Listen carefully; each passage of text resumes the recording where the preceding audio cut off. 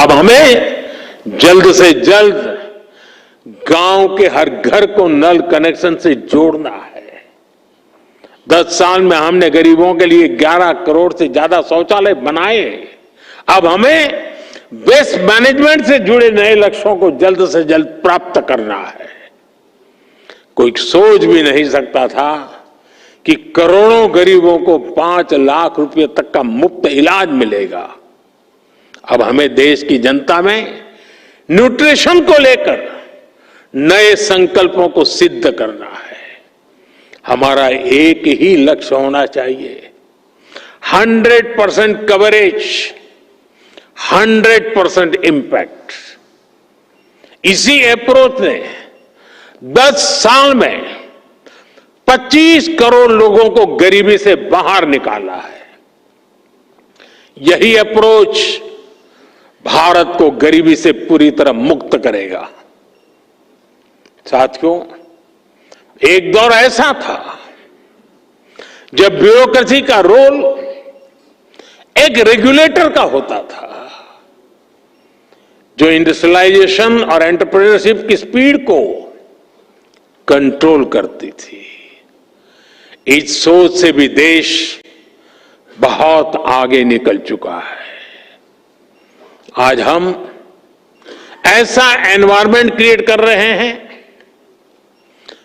जो सिटीजन में एंटरप्राइज को प्रमोट करे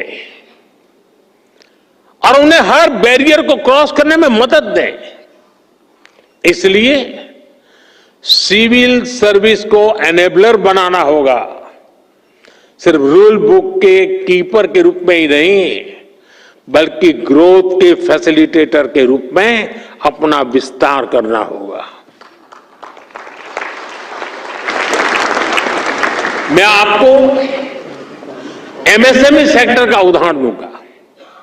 आप जानते हैं, देश ने मिशन मैन्युफैक्चरिंग शुरू किया है।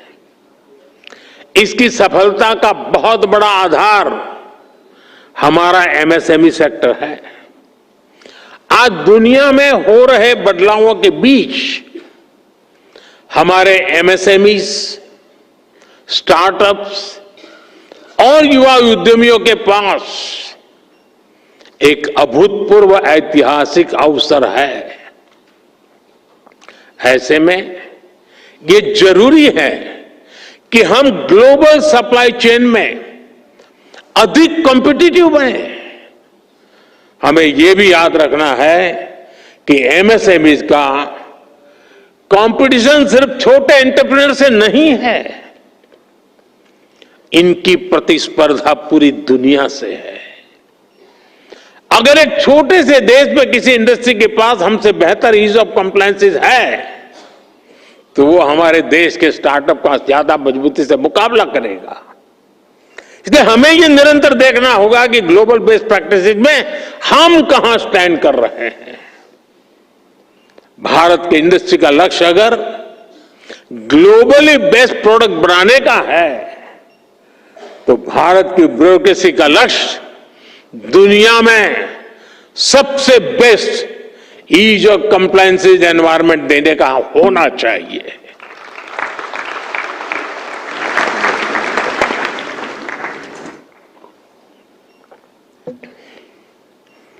साथियों, आज की टैग ड्रिवन दुनिया में सिविल सर्वेंट्स, उसको ऐसी स्किल चाहिए जो न उन्हें सिर्फ टेक्नोलॉजी समझने में मदद करे, बल्कि उसे स्मार्ट और इंक्लूसिव गवर्नेंस के लिए इस्तेमाल भी कर सके। In the age of technology, governance is not about managing systems. It is about multiplying possibilities. हमें टैक्स से भी होना पड़ेगा ताकि हर पॉलिसी और स्कीम को टेक्नोलॉजी के जरिए ज्यादा एफिशिएंट और एक्सेसिबल बनाया जा सके। हमें डाटा ड्रिवन डिसीजन मेकिंग में एक्सपर्ट बनना होगा, जिससे पॉलिसी डिजाइनिंग और इम्प्लीमेंटेशन से ज्यादा एक्यूरेट कर सके। आजकल आप देख रहे हैं कि आर्टिफिशियल इंटेलिजेंस और क्वांटम फिजिक्स कितनी तेजी से विकसित हो रही है। जल्दी ही टेक्नोलॉजी के यूज में एक नया रिवॉल्यूशन आएगा। ये उस डिजिटल और इंफॉर्मेशन एज से कहीं आगे होगा जिनसे आज जिससे परिचित है उससे भी आपको फ्यूचर की टेक्नोलॉजी रिवॉल्यूशन के लिए खुद को तैयार करना होगा। पूरी सिस्टम को तैयार करने की व्यवस्था भी विकसित करनी पड़ेगी ताकि हम नागरिकों को बेस्ट सर्विस भी दे पाएं और उनके एस्पिरेशंस को भी पूरा कर सके। हमें सिविल सर्वेंट्स की क्षमता को बढ़ाना होगा ताकि हम एक फ्यूचर रेडी सिविल सर्विस तैयार कर सके। और इसलिए मिशन कर्मयोगी और civil service capacity building programme, और जिसका जिक्र हमारे कैप्सेक ने अभी किया, मैं इन दोनों को मेरे लिए वो बहुत अहम मानता हूं। साथियों, तेजी से बदलते समय में हमें ग्लोबल चैलेंजेस पर भी गहरी नजर रखनी है। आप देख रहे हैं फूड, वाटर और एनर्जी सिक्योरिटी अब भी बड़ी चुनौती बनी हुई है।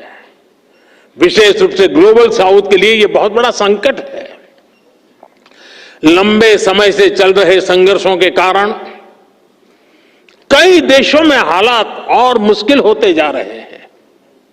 इसका असर लोगों पर पड़ता है, रोजमर्रा के जीवन पर पड़ता है।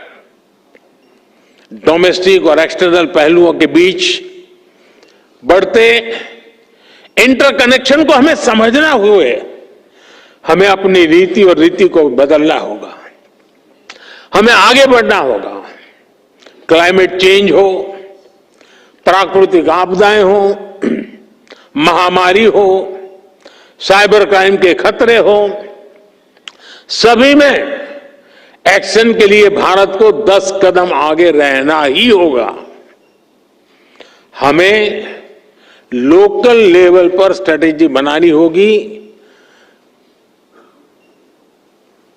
रिजिलियंस डेवलपमेंट करनी होगी। साथियों, मैंने लाल किले से पंच प्राण की बात कही थी। विकसित भारत का संकल्प गुलामी की मानसिकता से मुक्ति, अपनी विरासत पर गर्व, एकता की शक्ति और कर्तव्यों को ईमानदारी से निभाना।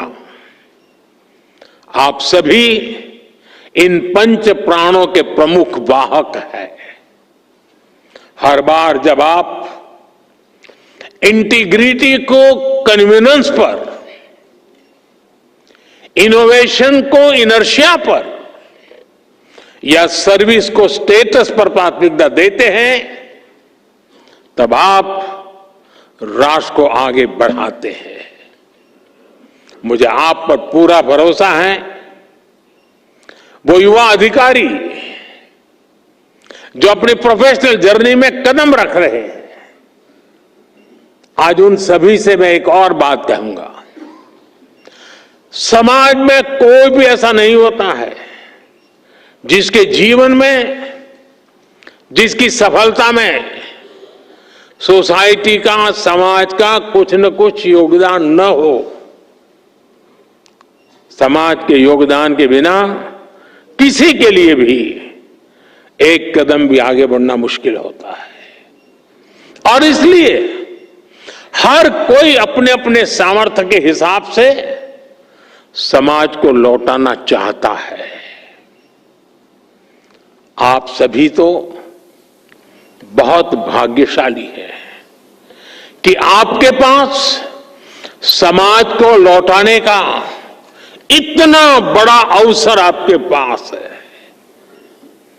आपको देश ने, समाज ने बहुत बड़ा मौका दिया है कि आप ज्यादा से ज्यादा समाज को लौटाएं।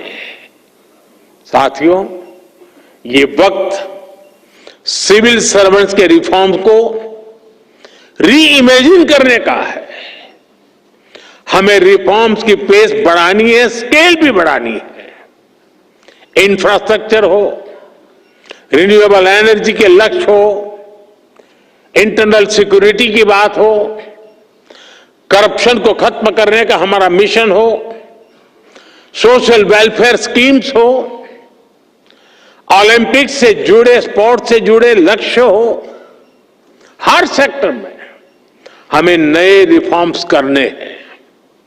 हमने अब तक जितना अचीव किया है, अब उससे भी कई गुना ज्यादा हासिल करके दिखाना है। और इन सब के बीच हम सबको हमेशा हमेशा एक बात याद रखनी है, no matter how technology driven the world becomes, we should never forget the importance of human judgement.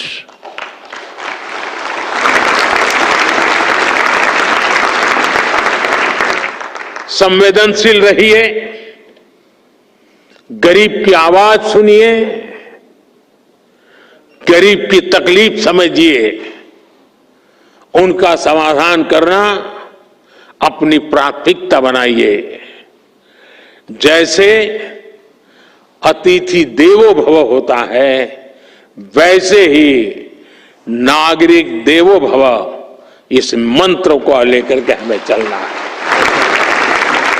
आपको सिर्फ भारत के सिविल सर्वेंट्स के रूप में ही नहीं, विकसित भारत के शिल्पकार के रूप में अपने दायित्व के लिए तैयार करना है। वो एक वक्त था, आप सिविल सर्वेंट बने, सिविल सर्वेंट के रूप में आगे बढ़े और आज भी सिविल सर्वेंट के रूप में सेवा कर रहे हैं। लेकिन अब वक्त बदल चुका है साथियों। मैं जिस रूप में आने वाले भारत को देख रहा हूं, जिन सपनों को मैं हिंदुस्तान के 140 करोड़ देशवासियों की आंखों में देख रहा हूं, और इसलिए मैं अब कह रहा हूं कि आप सिर्फ सिविल सर्वेंट नहीं हैं, आप नए भारत के शिल्पकार हैं।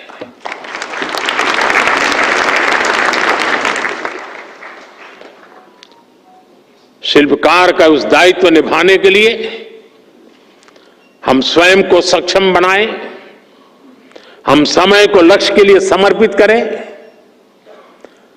हर सामान्य व्यक्ति के सपनों को खुद के सपने बना करके जिए।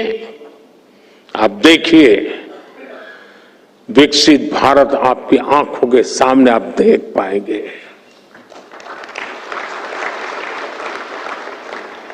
मैं आज लेक्चर कर रहा हूं, तब मेरी नजर एक छोटी सी गुड़िया पर गई, वहां बैठी है। हो सकता है वो 2047 में शायद यहां कहीं बैठी होगी। ये सपने हमारे होने चाहिए, विकसित भारत का यही हमारा लक्ष्य होना चाहिए। बहुत बहुत शुभकामनाएं, बहुत बहुत धन्यवाद।